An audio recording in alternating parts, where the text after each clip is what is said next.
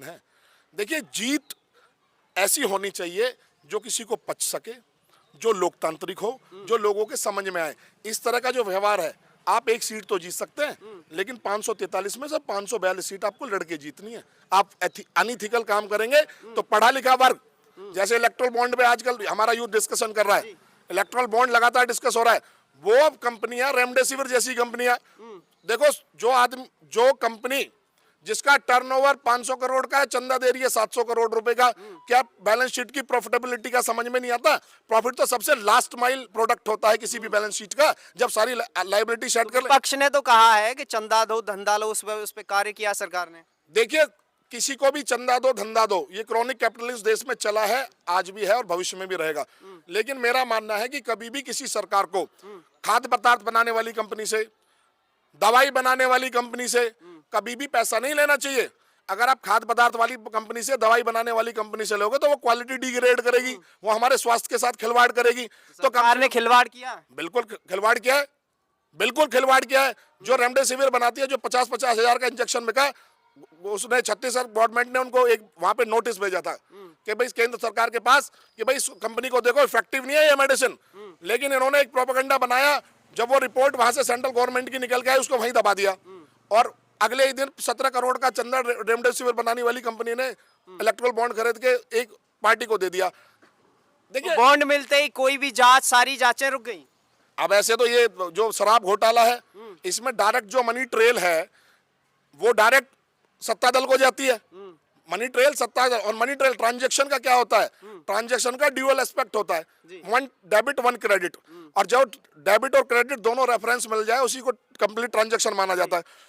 आपको लाल किला खरीदना है, मेरे पापा का है, वो मेरे दादाजी का, मैं आपसे पैसे लूंगा, बस मैं आपकी उसको रजिस्ट्री नहीं करूंगा। आप 1000 करोड़ रुपए मेरे घर में धर के चले जाओ, लाल किला आपका, पर मैं आपको लिख के नहीं दूंगा। तो यही केस है। दिल्ली में भी क्या करा इन्होंने, तो यही प्राइवेटाइजेशन, निजीकरण। यार एक बात बताओ, जिस बीच में ये बाइक खड़ी है, मैं तो नहीं जानता कौन खड़ी करके चला गया। अब आपको एक खरीदनी है भाई, ये तो चोरी हो जाएगी।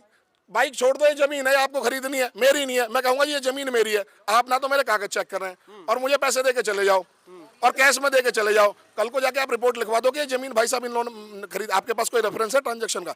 कमोबेश स्थिति ऐसी है।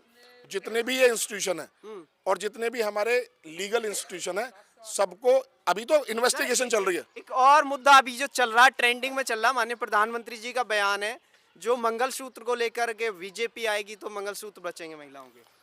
दरअसल क्या है, देश के वो प्रधानमंत्री आज भी हैं, और जब तक हैं, जब तक अगली लोकसभा का चुनाव नहीं हो जाता, अगला प्रधानमंत्री नहीं चुना जाता। 70 साल में आपने कभी भी किसी प्रधानमंत्री को इस तरीके से मंदिरों में घूमता नहीं देखा होगा। आप 135 करोड़ लोगों के प्रधानमंत्री चुने जाते हैं। क्या इससे पहले प्रधानमंत्री देशभक्त नहीं थे? या क्या वो हो सकता है वो हिंदू या मुसलमान का एक अलग मसला, क्या वो अपने मजहब के लिए काम नहीं करते होंगे? क्या वो पूजा नहीं करते होंगे? या हर चीज का एडवर्टीजमेंट करने की क्या जरूरत है?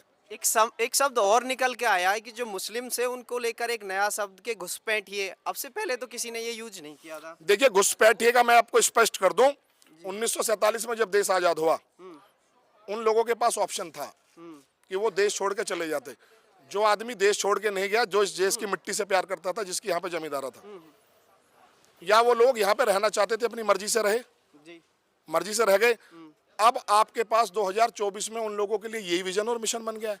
आप अपनी सरकार चलाएंगे तो 1947 पे चले जाएंगे, और आगे जाएंगे तो नेहरू जी पे चले जाएंगे, और आगे जाएंगे तो इंदिरा जी पे चले जाएंगे, और आगे जाएंगे तो राहुल गांधी पे चले जाएंगे, राजीव गांधी जी पे चले जाएंगे। आगे के भी सपने दिखा रहे हैं और पीछे के भी दिखा रहे हैं, क्योंकि कह रहे हैं 2037 तक विकसित भारत कर देंगे। मेरे बाबा जी का नाम स्वर्गीय मुरली चौहान था, मेरे पापा जी का नाम हुकम सिंह चौहान है, मेरा नाम है सुधीर चौहान, और मेरे बच्चों का भी कुछ है। मैं आपको इस तात्पर्य से क्या, मेरी उम्र जो है, या तो मैं भूतकाल को केवल सोचते हुए अपनी उम्र निकाल दूं, या भविष्यकाल के सपने देख के निकाल दूं। मेरा क्या, जो मेरा अपना आज का जीवन है, मेरी जिंदगी तो मेरे से आज की है ना। अगर ये जो मेरे 60 साल 70 साल मेरा जीवन है, सरकार को विजन देना चाहिए वर्तमान को। भूतकाल को पढ़ने के लिए होता है, इतिहास पढ़ने के लिए होता है, जो खामियां हैं उन्हें करो मत, भविष्य सोचने के लिए होता है, लेकिन वर्तमान जीने के लिए होता है।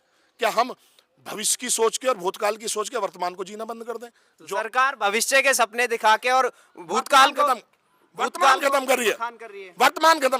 भाई आप आज हो, आप जवान हैं, हम जवान हैं, कुछ और प्रौढ़ भी आदमी है।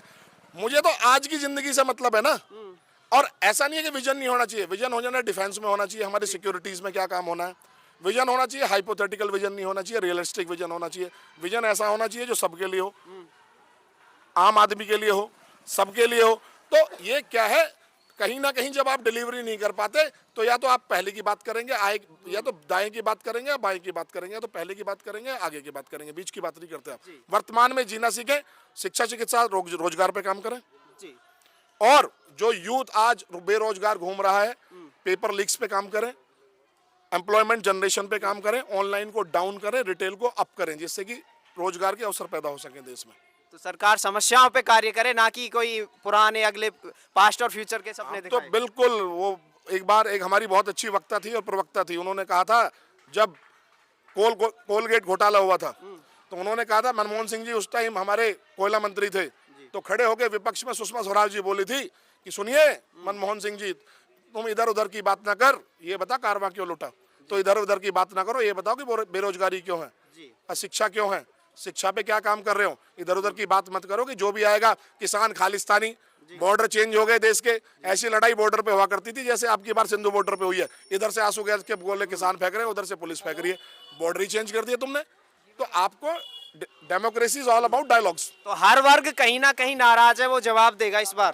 बिल्कुल जवाब देगा, बिल्कुल जवाब देगा। पूंजीपति हूँ, पैसा दूंगा भारतीय जनता पार्टी को, वहाँ से टिकट लूंगा और टिकट लेके आराम से शहर में घूमूंगा। और जो केंद्र की सरकार है वो ये समझती है केवल हिंदू मुसलमान करिए और उसी पे वोट लेके क्षेत्र का विकास ना करें। इस बार उस पे वोट नहीं होगा, इस बार केवल विकास, और तो केवल विकास पर ही वोट होगा। तो इस बार विकास पर वोट होने वाला है। हाँ जी अंकल जी, किसे वोट कर रहे हो आप? आप किसे वोट कर रहे हैं इस बार? वोट भैया या तो हम देवेनो महेश शर्मा जी को वोट नहीं दोगे? ना। फिर किसे दे रहे हो? हमारे गांव, हाँ जी। हमारे पास की है वो, हमारे यहाँ की क्षेत्र की है। जो उसने काम किया है किसी ने आज तक करा नहीं। तो आप बीएसपी को वोट करोगे? करेंगे, मायावती जी को करेंगे। तो अभी जो सांसद जी है आपके यहाँ पे कोई काम नहीं किया उन्होंने? क्या करा यार, जाके देख तू, इसी को नाप के देख ले कितनी वो चढ़ी हुई है इस पे रोड़ी। ये प्राधिकरण ने ये काम किए सारे? किसानों ने कुछ किया, किसानों को क्या दिया इन्होंने? किसानों को मुआवजा दिया अथॉरिटी ने जब आपके यहाँ पे अभी प्रोजेक्ट तक हमारा 5% भी नहीं दिया। 64 प्लॉट और उसके लिए कभी आपकी कोई मांग उठाई नहीं? खूब मांग उठाई है, खूब 1.5 साल ताली बजाई है वहाँ। और जब वोटन का टाइम आया ना, पंकज और महेश दोनों ने जाके जो कहा, हम आश्वासन देते हैं, हम ये करते हैं, धरना उठवा दिया है जी, और कुछ हद तक नहीं करा। कई बार सुप्रीम कोर्ट के भी तो आदेश हो चुके हैं। देखो, सुप्रीम कोर्ट के आदेश की अगर हम बात करें तो यमुना प्राधिकरण में आदरणीय अखिलेश यादव जी ने बिना सुप्रीम कोर्ट के 64% के पैसे बांटे। नोएडा प्राधिकरण की बात करें तो नोएडा प्राधिकरण ने 64% के मुआवजा जो है किसानों को दिया। जब 64% का मुआवजा दे दिया तो 10% के प्लॉट देने में कौन सी आपत्ति है? जब वहां बिना आदेश के किसान को मिल सकता है तो 10% के प्लॉट क्यों नहीं मिल सकते किसान को? जबकि हमारा करार था, लिखा हुआ था, 10% भूमि लिखी हुई थी, फिर हमें 10% क्यों नहीं? हमें 10% प्लॉट की जगह किसी को मिला है तो केवल 22,000 रुपये मीटर के पैसे। अभी आप देखेंगे नोएडा प्राधिकरण का अथॉरिटी ने पैसे दिए, प्लॉट नहीं दिए। प्लॉट नहीं दिया, वो पैसे भी उन चंद लोगों को दिए जिनके कोर्ट से आदेश था कि इन्हें 10% के प्लॉट दें। प्लॉट की जगह उन्हें दिए तो केवल 22,000 रुपये मीटर के पैसे। ई ऑक्शन हुआ, 3.5 लाख रुपए, 4 लाख रुपए मीटर जमीन बिकती है, लेकिन किसान को केवल 22,000 के पैसे।